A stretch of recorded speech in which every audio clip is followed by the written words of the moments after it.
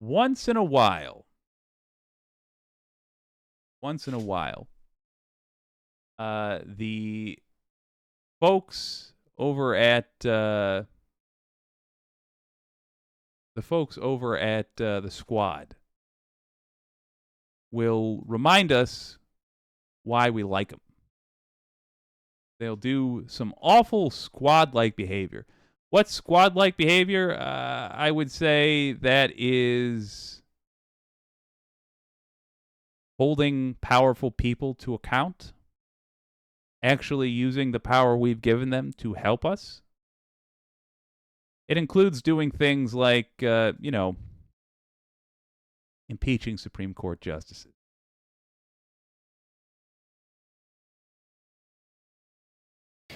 Thank you, Mr. Speaker. I rise today to introduce articles of impeachment against Associate Justices of the Supreme Court Clarence Thomas and Samuel Anthony Alito, Jr. Boom. Against Justice Thomas, the resolution includes 3 total articles. 1 count of failure to disclose financial income, gifts, reimbursements, property interest liabilities, and transactions, among other information, and 2 counts of refusal to recuse from matters concerning his spouse's legal and financial interests before the court. Jenny. The second resolution includes the following impeachment articles against Justice Alito. 1 count of refusal to recuse from cases in which he had a personal bias or prejudice concerning a party before the court, and 1 count of failure to disclose financial incomes, gifts, reimbursements, property interests, among other information. Real quick, I just want to say you're going to hear conservatives saying, but it's not illegal. There's no law that says they have to do these things. Checks and balances. That's why we have the ability to impeach these motherfuckers. Consider yourselves checked, Alito and Thomas. Let's hope. Let me put it like this. All Democrats better vote for this. I know Republicans will not. All Democrats better.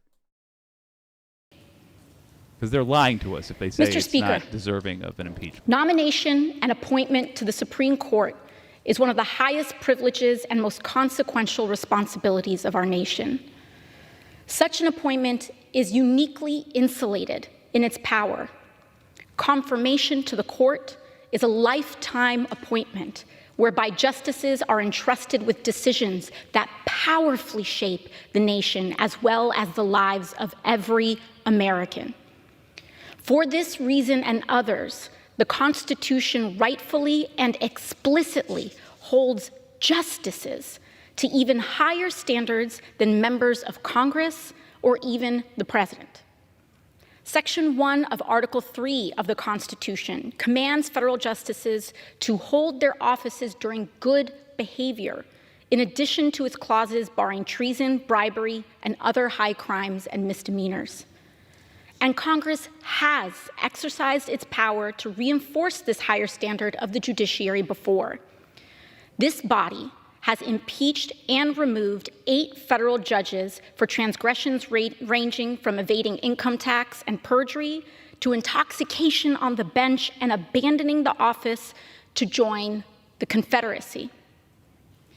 Perhaps most critical to the legitimacy of the institution, these judicial standards require justices to recuse themselves in any proceeding where their impartiality might reasonably be questioned.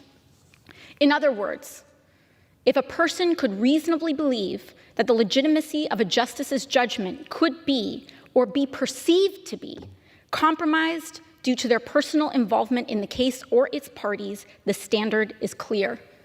The justice must recuse. So, in case you didn't know, Justice Thomas sat in and ruled on a case wherein his wife's text messages were going to be revealed because she was one of the plotters in January 6th. She was part of that insurrection. Guess what? Everybody but Thomas said, of course, it's obvious. These text messages between Mark Meadows and various Jan 6 conspirators should be revealed. But Thomas said, no, I don't see why they should. Oh, look. His wife was on him. That is an obvious conflict of interest. No matter how you feel about the ruling, odds are if you are pro-Republican, you didn't even know about the ruling. No matter how you feel about it, that is an obvious conflict of interest. The fact that he did not recuse himself tells us he does not have the judgment to be the top judge in the land. It is that simple. They are required to recuse. That stringent and sacred standard exists for the good of the ruling, the judiciary, and the country. Yeah. Mr. Speaker, I believe that everyday Americans, independent of party or ideology, can reasonably conclude that Justices Thomas and Alito's years-long pattern of misconduct and failure to recuse in cases bearing their clear personal and financial involvement represents an abuse of power and threat to our democracy fundamentally incompatible with continued service on our nation's highest court. Get 'em, Queens. For the good of the institution and the nation, absent resignation, they must be removed. Interesting little line there. Absent resignation.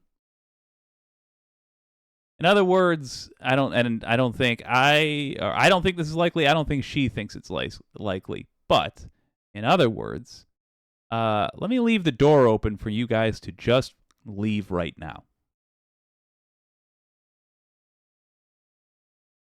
If there's enough momentum, if there's, for example, bipartisan agreement on this, I don't think there would be, but if we can get that happening, if the Democrats are 100% behind it, and there's like 15 or 20 Republicans that are already leaking to the press, well, I think they got to go. These dudes will just resign rather than ever face the music for something they've done. Proof is undeniable, and here I will lay it out. Yes. Justice Clarence Thomas, for decades now, has carried on a close, financially entangled personal relationship with real estate billionaire Harlan Crow. It is of material importance to the American people to note that Justice Thomas's relationship to the billionaire only began after Thomas's powerful appointment to our nation's highest court. The cash, goods, and services Justice Thomas received over the years include large loan balance cancellations, tuition payments for family, and vacations in private jets and yachts worth up to $500,000 alone.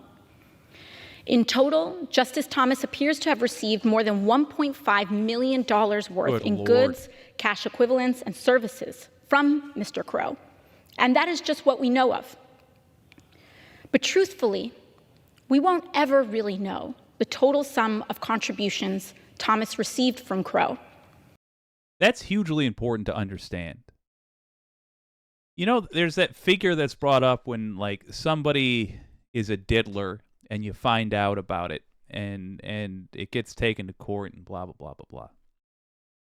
Odds are that represents only the tip of the iceberg of stuff they've actually done. People tend to be aware of that on account of the fact that it's shocking to hear. But this is true of boring crimes as well. Very rare that somebody is caught the very first time they do something unethical or immoral or illegal. Thomas will never just come out and say, this is all the evil stuff I did. He will only ever address the stuff he gets caught on that he is forced to address at that. And she's right. We'll never know all the horrible stuff he's done. And the stuff he's done is, in my opinion, and apparently some of our representatives, way to go, New York, already impeachable. But I'm glad she mentioned, this is just what we know about. This is just what we were able to prove. Is there somebody more competent bribing this guy? His little secret, I guess. What about Alito? What about all the other Supreme Court justices? At the very least, we got to make an example out of a few of them.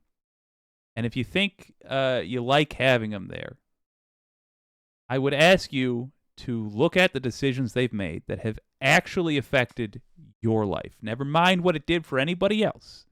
Look at your life.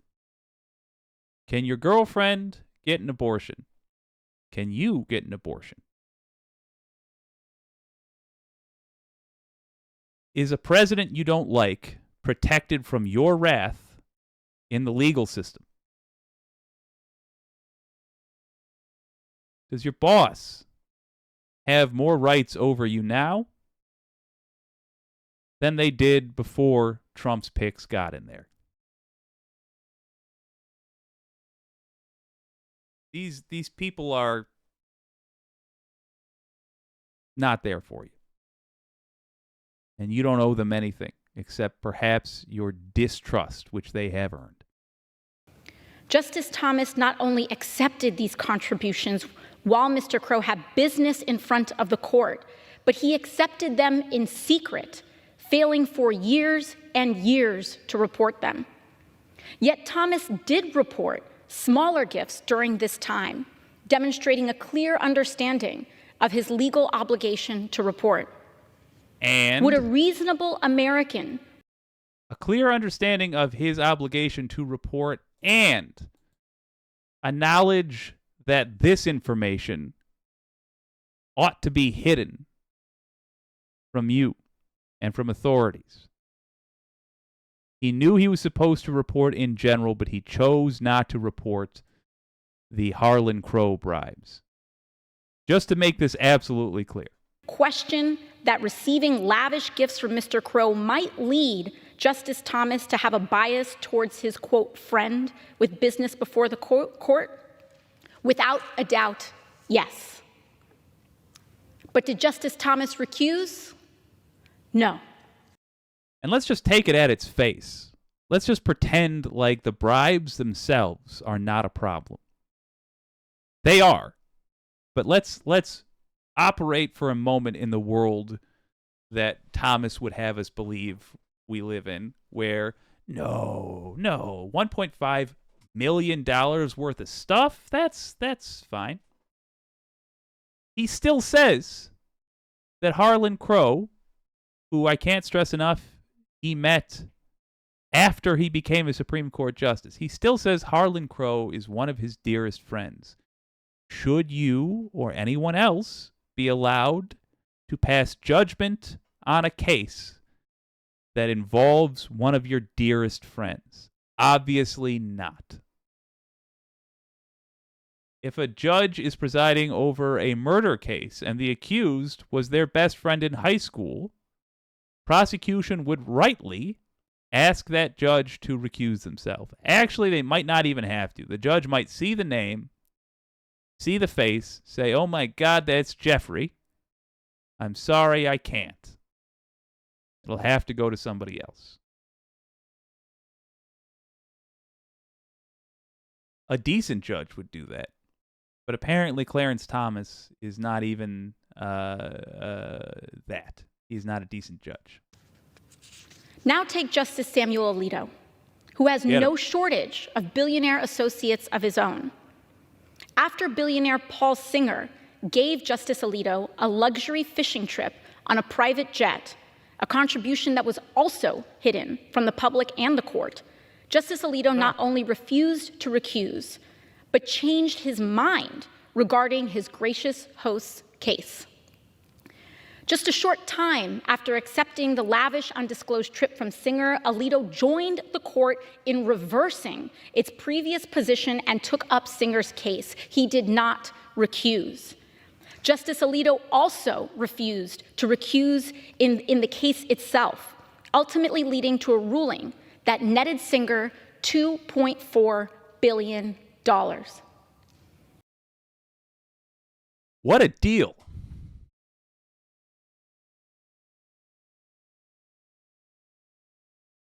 They give a $200,000 fishing trip, and in exchange, it makes it legal for them to fuck us over for $2.4 billion. If you're working hard but you're poor, that's why. Because all the excess that we generate, when we exhaust ourselves at jobs that take us away from our families and drain all the joy out of our hobbies because we have no energy to do them, when we exhaust ourselves doing that, all the excess from that work does not go into our wallets. It goes into the bank accounts of the oligarchs, of the ultra-rich, and they are oligarchs because they are so wealthy that they can bribe government officials, judges.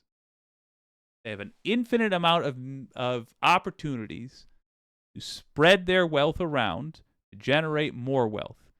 They don't just do a bippity-boppity-boo magic trick, because those dollars ultimately come from somewhere.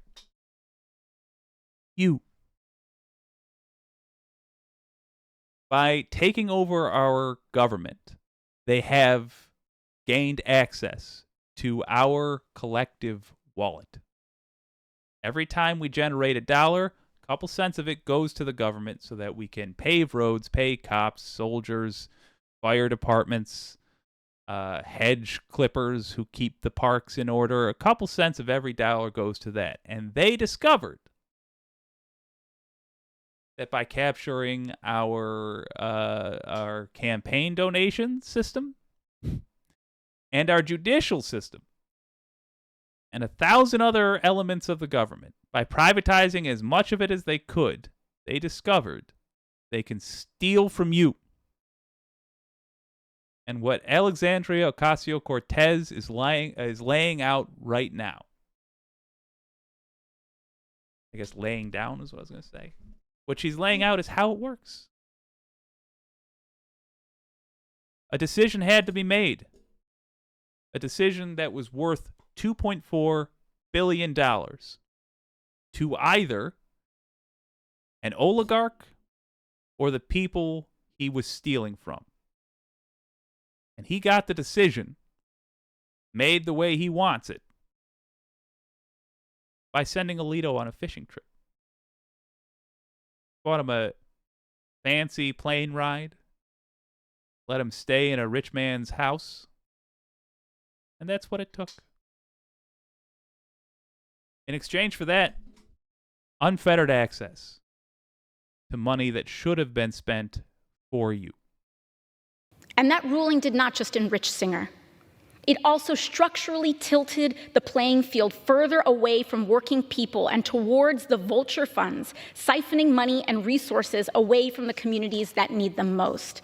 There it is. Could a reasonable American question whether or not Justice Alito could have acted impartially in this case, given his personal relationship with Singer? Absolutely. In January 2021, after the former president of the United States incited an insurrection on the Capitol, hit him with that. Why in not? this chamber, to interfere with the results of the U.S. election, Justice Samuel Alito and his wife flew an upside-down American flag, a symbol of solidarity with the attack, outside their home. Just to make it crystal clear that Alito does not give a about your opinion on anything. If that angers you, remember that your opinion is expressed formally through your representative. So now you know what to do. He doesn't care about your vote,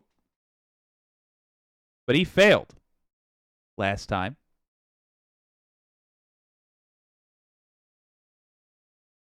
Use your vote. Have your representative agree to impeachment.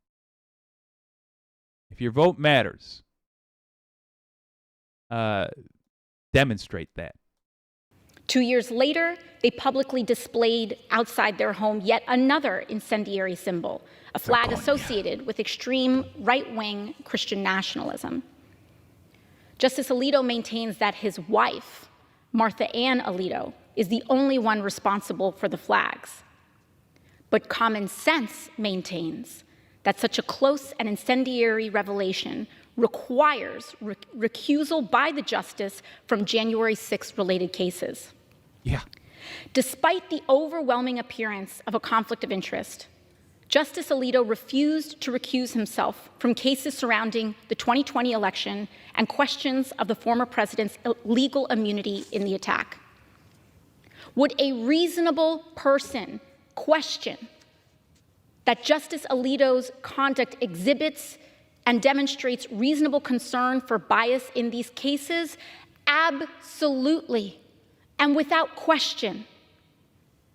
And finally, Justice Thomas, who is married to Virginia Thomas, a financially and personally involved operative in the Stop the Steal movement and Capitol attack, also joined opinions in these cases, even as clear evidence mounted that not only was his wife fully committed to overthrowing the results of a fair election, but she was actively lobbying members of the Trump administration attempting to do just that. The questions before the court had unquestionable implications for Thomas's wife and consequently Thomas himself, making his refusal to recuse one of the most shocking examples of conflict of interest in the court's history. And crucially, it was both Justices Thomas and Alito who cast critical votes in the ruling. It now follows. Just understand, when people talk about how fascism bubbles up in countries, it's usually not one attack that does it all. It's usually an attack followed by a lack of response. The lack of response has come about because we have Supreme Court justices on the team of the attackers, of the traitors. Call them what they are. Ginny Thomas is a traitor to the United States. Clarence Thomas is a traitor to the United States. Samuel Alito is a traitor to the United States. His Vergonia hopeful wife is a traitor. They must be impeached. They are villains. And we will only lose our country if we keep trying to pretend like our country is not in danger. We will only be able to save our country if we acknowledge the problems that exist here and now. There's two of them right there. Note, not those handsome lefties. It's the Thomas and Alito. That because of Alito's and Thomas's refusals to recuse, everyday Americans cannot, should not, and will not believe that these justices, and consequently the court they serve, is working to uphold the Constitution and put the country ahead of their own individual self-interests. Get him. So well done. Way to go, AOC. Yeah, impeach those bastards. Real easy what you can do here. Very easy. Contact your representatives. Tell them you expect them to back this up. If they're a Democrat, oh boy, they have zero excuse. Impeach these bastards. Contact the White House. Tell them you want them talking about this. Contact everyone on that chain of representatives that I sent you. There's a link in the description. It tells you literally everyone who speaks for you at every level of government. White House should be talking about this. Your senators should be talking about this. your members of the House of Representatives should be talking about this. I would argue your governors should be talking about this. This is serious business. This is the whether or not the law applies to the most powerful. In America, the answer better be yes. Let's go to work.